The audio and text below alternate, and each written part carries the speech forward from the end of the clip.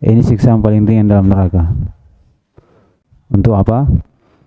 Untuk orang-orang kafir. Untuk orang-orang yang mati di atas kekafiran. Ya, ini siapa yang ragu Abu Thalib masuk neraka? Hah? Siapa yang ragu? Iya. Tidak ada yang ragu. Abu Jahal, Abu Thalib masuk neraka semua. Deh. Al-Quran dan hadis menjelaskan hal tersebut. Iya. Jadi kalau ada yang, karena ada orang mengatakan bahwasanya Abu Thalib ini, iya, tidak masuk neraka, dia masuk surga. Begitu pula Abu Jahal, tidak di atas kesyirikan katanya. Iya. Baru disandarkan ini ucapannya ahli sunnah. Ini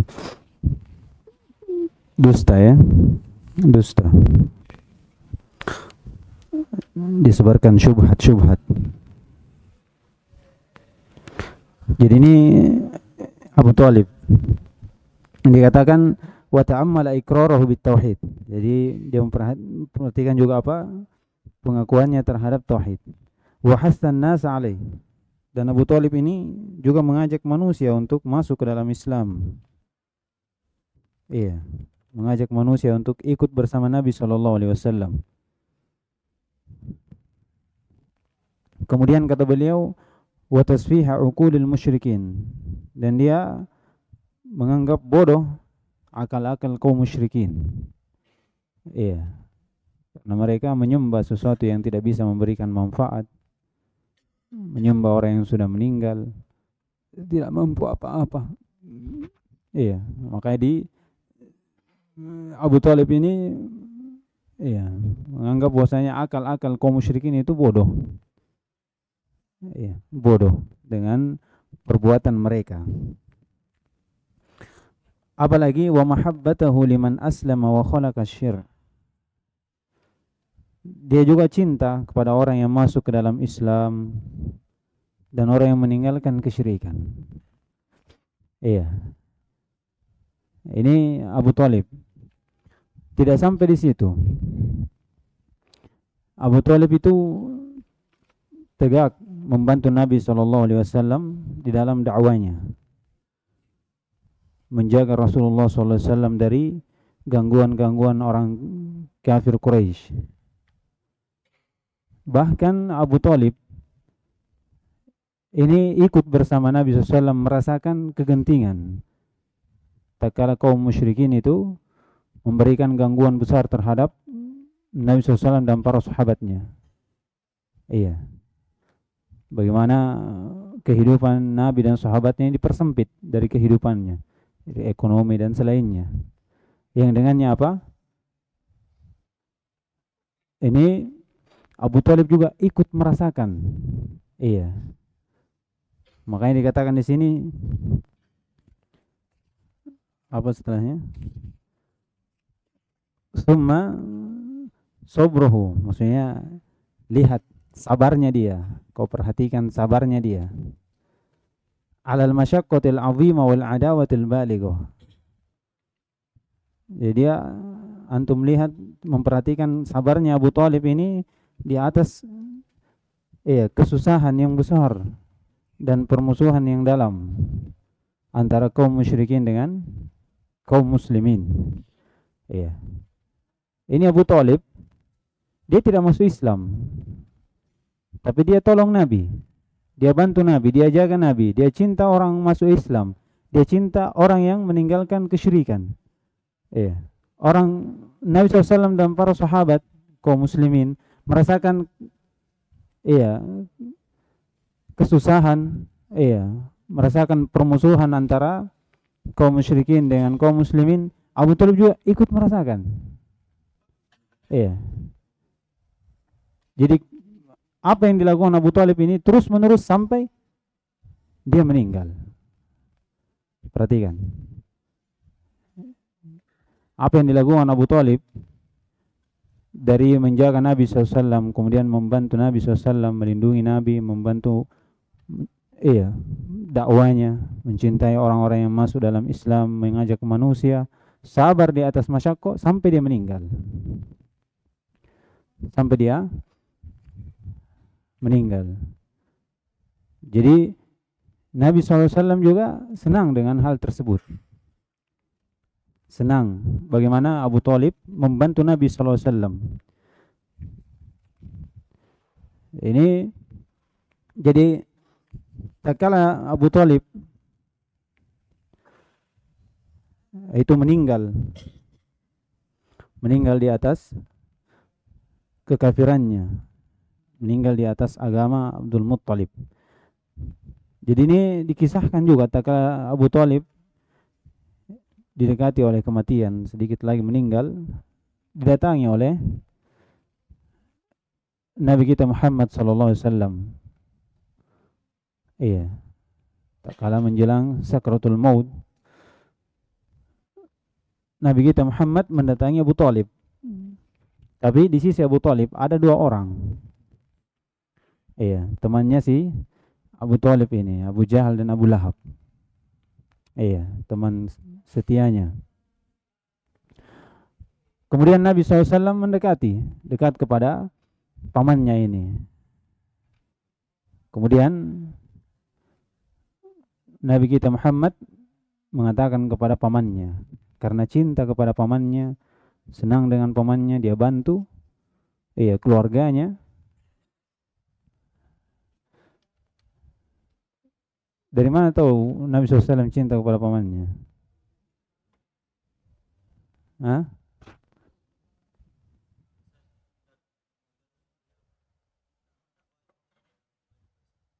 Hah?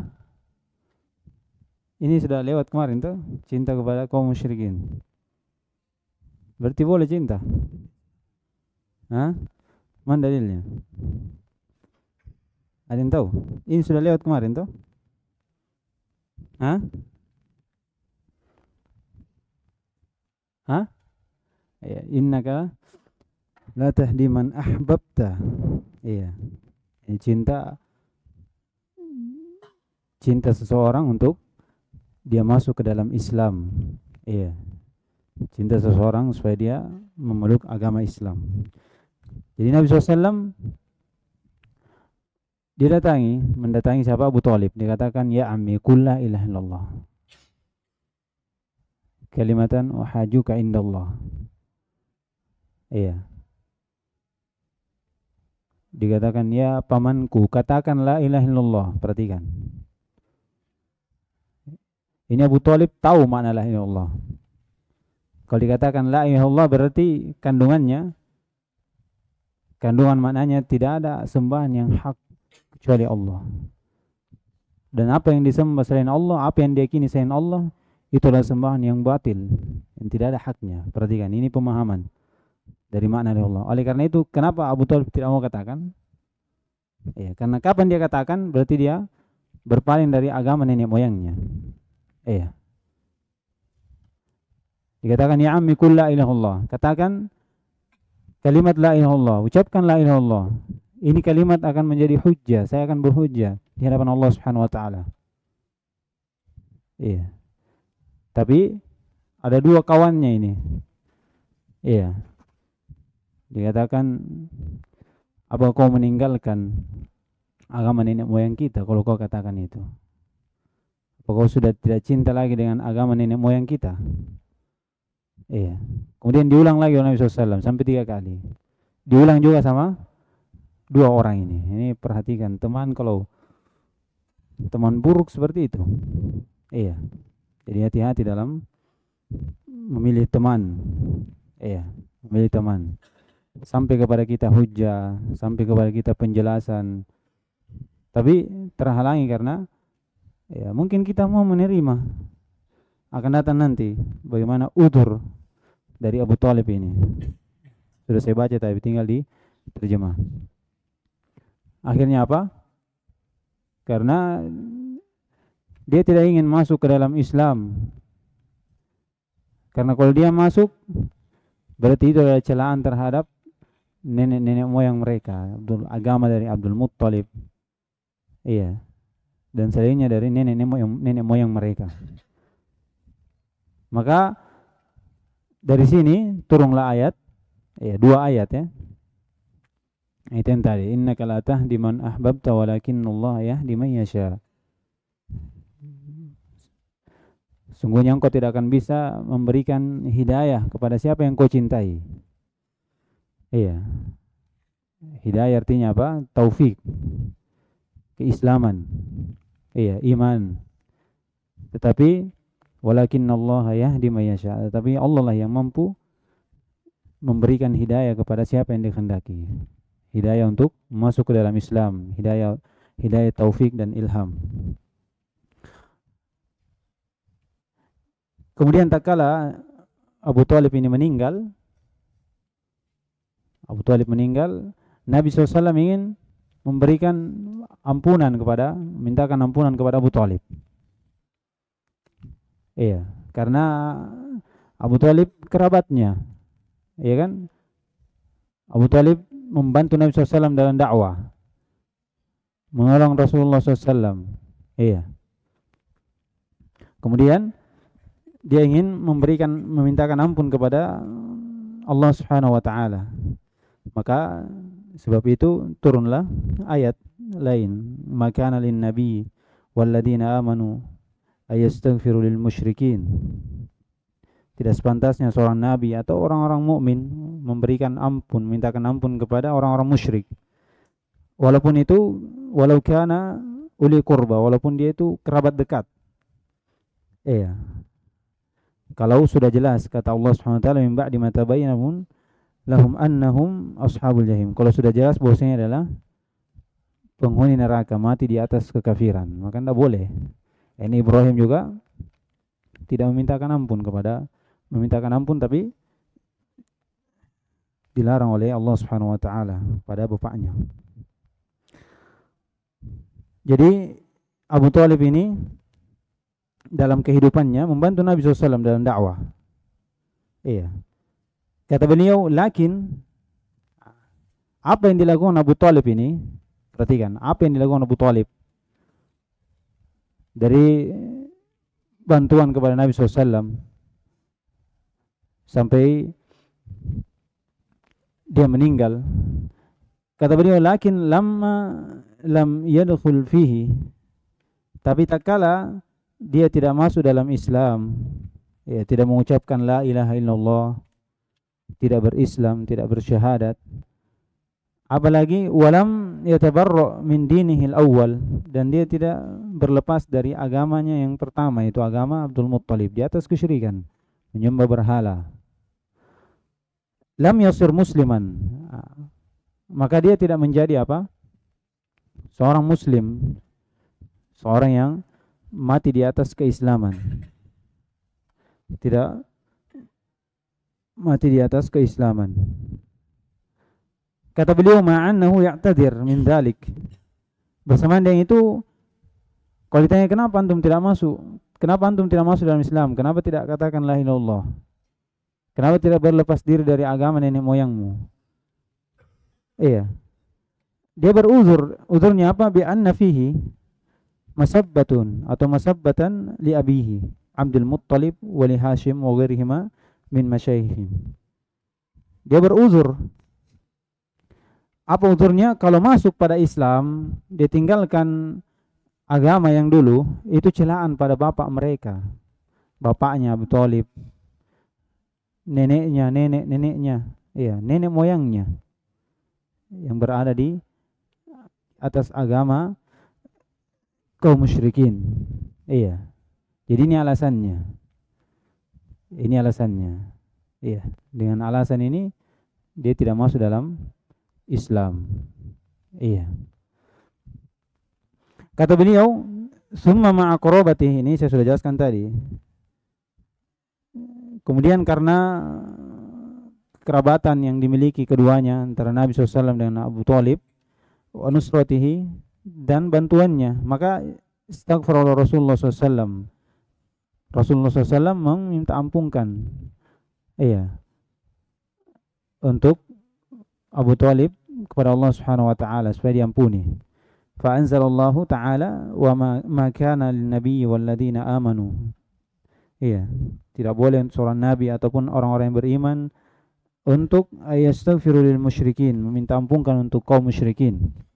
Walau kana uli qurba, walaupun itu kerabat terdekat. Min ba'di ma tabayyana lahum annahum ashabul jahim. Setelah jelas untuk mereka bahwasanya mereka ini adalah penghuni neraka. Iya. Jadi Nabi SAW meminta syafaat untuk diringankan apa? Diringankan dari siksaannya. Maka Allah Subhanahu wa taala memenuhi. Maka dijadikanlah Abu Thalib ini dari penghuni neraka yang paling ringan siksanya. Siksanya tadi sudah dijelaskan. Iya. Ini tidak ada benturan dengan ayat fama tanfa'uhum syafa'atum syafi'in. Fama tanfa'uhum syafa'atus syafi'in. Karena yang diinginkan di situ adalah syafaat orang kafir keluar dari neraka. Iya, keluar dari neraka. Dan itu tidak bermanfaat. Iya, tidak bermanfaat. Adapun syafaat ini kekhususan untuk Nabi SAW. Iya, yang bermanfaat untuk Abu Thalib itu adalah keringanan siksaan saja, tidak bermanfaat untuknya keluar dari neraka. Karena orang mati atas kekafiran itu tidak ada lagi jalan untuk keluar darinya.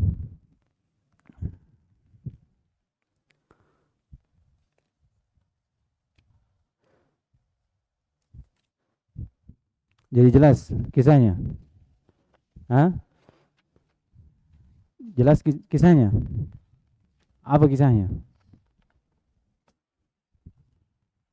Jadi Abu Thalib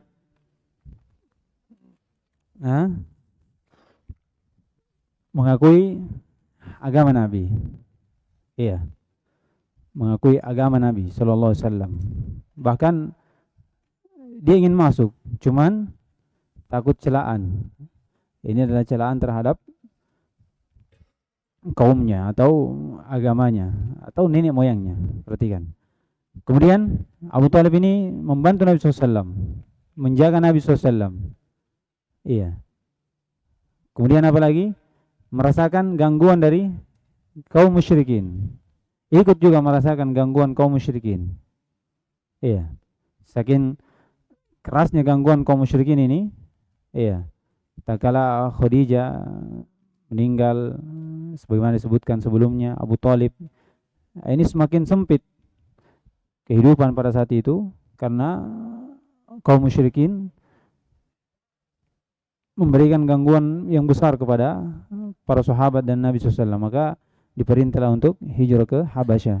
Iya. Hijrah ke Habasyah. Perhatikan. Abu Thalib merasakan juga. Merasakan apa? Iya. Kegentingan ini sebelum dia meninggal. Kemudian dia sabar. Ya, dia sabar di atas hal tersebut sampai dia meninggal. Tapi apa yang dilakukan ini menjadikan muslim atau tidak? Tidak menjadikannya muslim. Tidak menjadikannya dia berislam. Tidak cukup. Tidak cukup. Ya, pengakuan, pertolongan, kecintaan, iya, cinta kepada kaum musyrik, kaum muslimin masuk ke dalam Islam, cinta orang yang keluar dari kesyirikan, bahkan mencela akal-akal kaum musyrikin, menganggap bodoh akal-akal mereka. Iya. Tapi tidak dimasukkan ke dalam Islam, tidak masukkan hal tersebut ke dalam Islam sampai akhirnya dia mati di atas kekafirannya. Ini kisahnya. Sekarang ini yang kita ambil dari kisah ini. Kata beliau, walladhi yubayyinu hadha, yang menjelaskan hal tersebut, kata beliau, annahu idza urifa rajulun min ahli al-Basrah wal ahsa, kalau diketahui seorang dari ahli Basrah dan Ahsa, ini nama daerah ya, nama daerah, penghuni dari dua daerah ini, bihubbiddin din wa bihubbil muslimin, kalau diketahui seseorang Iya, dia cinta kepada agama, cinta kepada kaum muslimin. Iya. Jadi pengakuan cinta kepada agama. Dia beragama, cinta kepada agama, cinta kepada kaum muslimin. Kata beliau, ma'annahu lam yansuruddin. Lam yansuruddin. Bersamaan itu dia tidak menolong agama Allah Subhanahu wa taala biyadin wala malin. Tidak dengan tangannya, itu anggota badannya semuanya. Pikirannya, iya, tenaganya. Wala malin, tidak juga dengan hartanya. Wala lahu minal a'dar, dan dia tidak memiliki uzur kenapa dia tidak bantu Islam. Dia cinta tapi tidak bantu. Iya. Dikatakan mislima li Abi Thalib, semisal dengan alasan Abu Thalib. Apa alasannya? Hah? Iya, karena masuknya dia ke dalam Islam itu celaan pada agama mereka, celaan pada nenek moyang mereka. Wa fahmil waqi'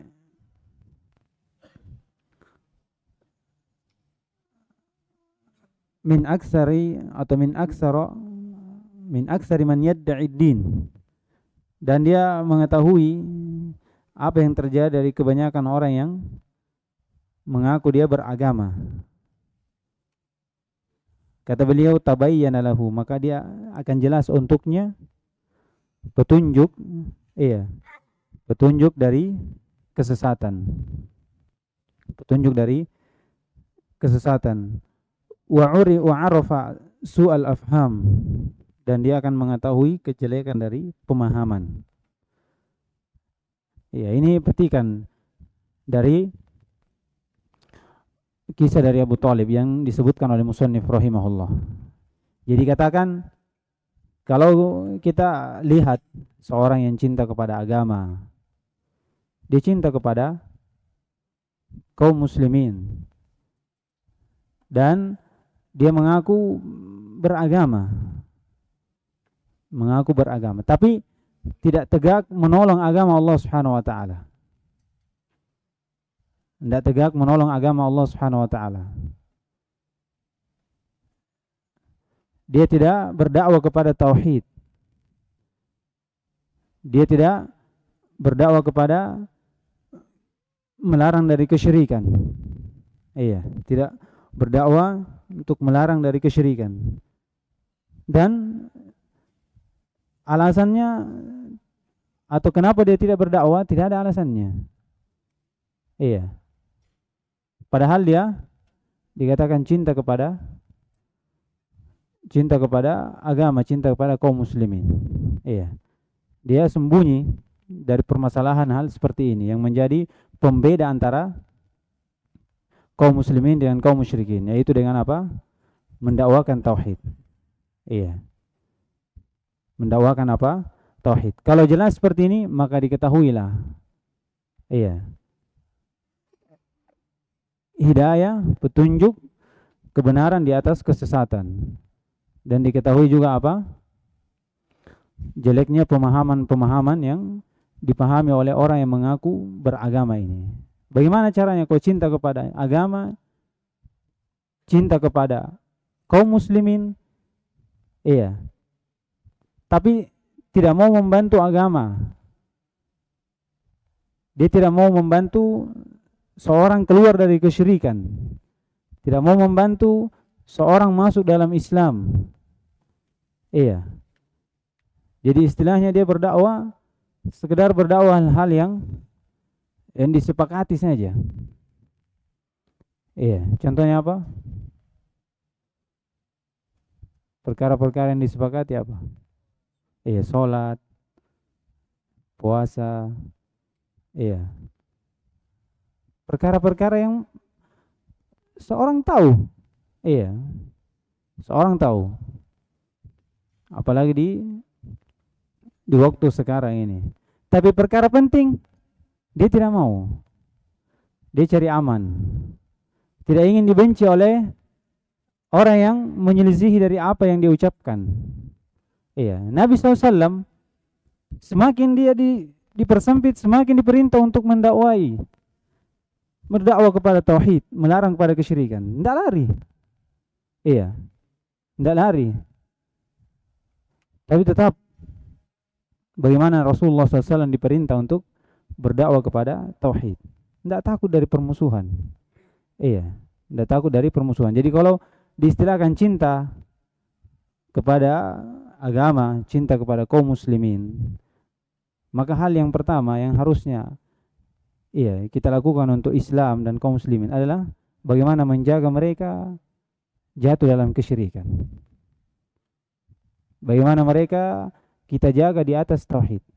Menjelaskan hakikat tauhid, menjelaskan kejelekan, bahaya kesyirikan, bagaimana kesyirikan, supaya mereka tidak terjatuh di dalamnya.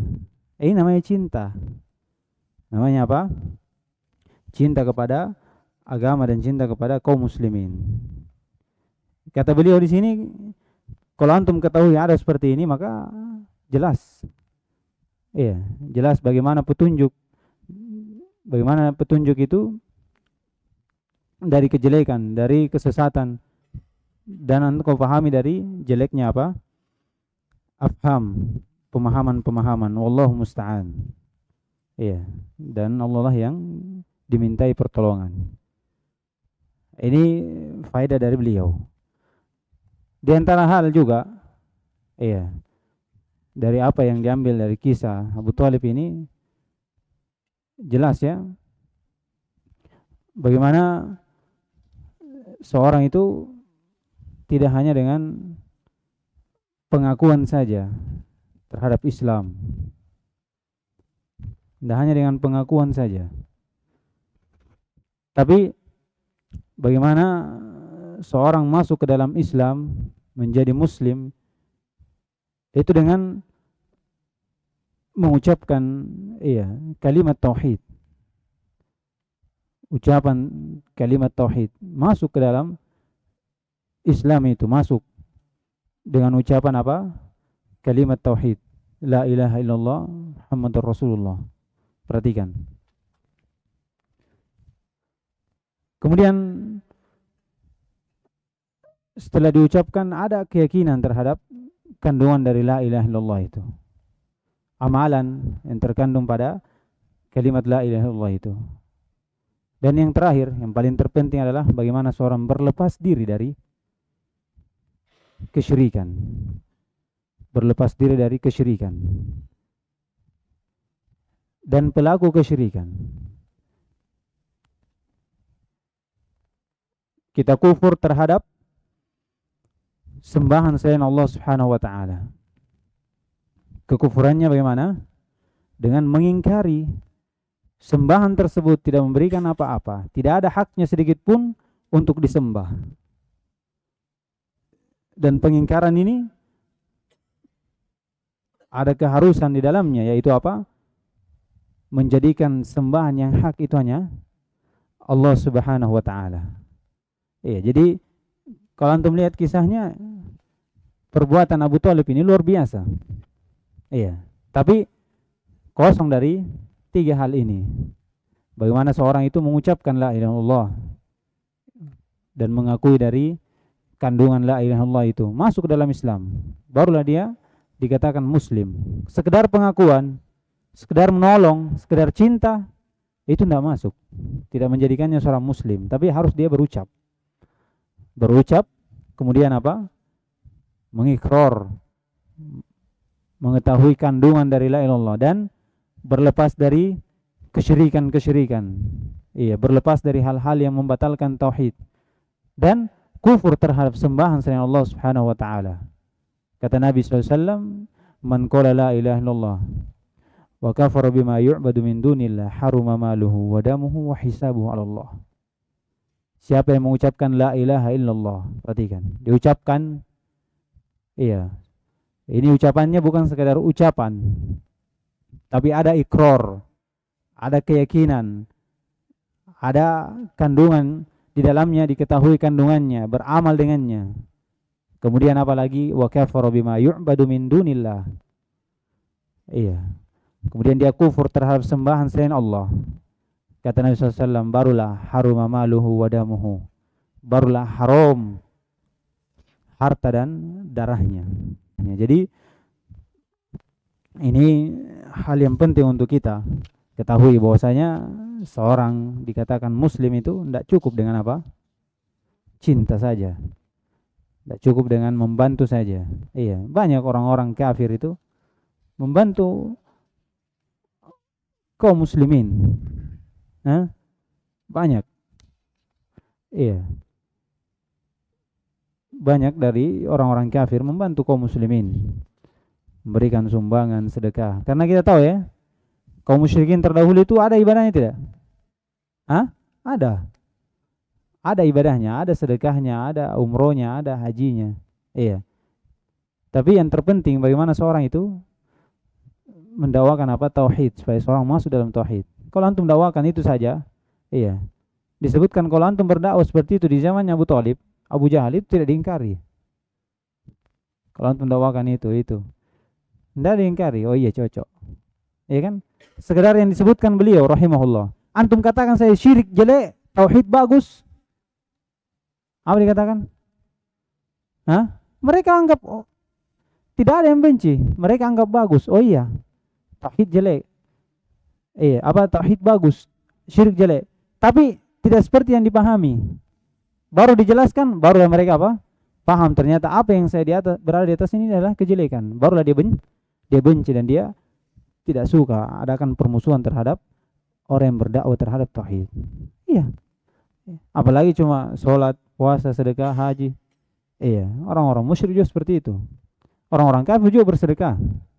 Orang-orang kafir juga bersedekah. Tapi yang terpenting bagaimana seorang itu mendakwakan tauhid, menjelaskan bagaimana seorang itu bisa masuk ke dalam tauhid dengan seperti ini. Tidak dengan cukup dengan seperti ini saja. Ya, sebagaimana antum lihat dari kisah dari Abu Thalib ini. Iya. Jangan ragu kalau Abu Thalib masuk neraka ya. Hah? Ada yang ragu? Ini ada suatu dikatakan Abu Thalib dianggap tidak masuk neraka. Iya. Justru orang yang tawassul pada kuburan itu yang masuk neraka, sedangkan dia muslim. Ini menyebar fitnah, kebohongan ya. Jadi belajar ketika antum belajar banyak ilmu pengetahuan, terus belajar, antum akan tahu bagaimana orang bodoh berbicara, antum tahu. Iya, bagaimana orang bodoh berbicara, antum tahu. Bagaimana kebohongannya, bagaimana dia menyebar-nyebar iya, kedustaan, menuduh-nuduh orang yang berada di atas kebenaran, dianggap mereka berada di atas kejelekan. Baik. Ini selesai kita dari tempat yang keempat ya. Insyaallah nanti kita masuk di tempat yang kelima dan mungkin sisa 2 pertemuan lagi. Kita masuk di kitab yang selanjutnya. Insyaallah. Subhanakallahumma bihamdik, asyhadu an la ilaha illa anta, astaghfiruka wa atubu ilaik.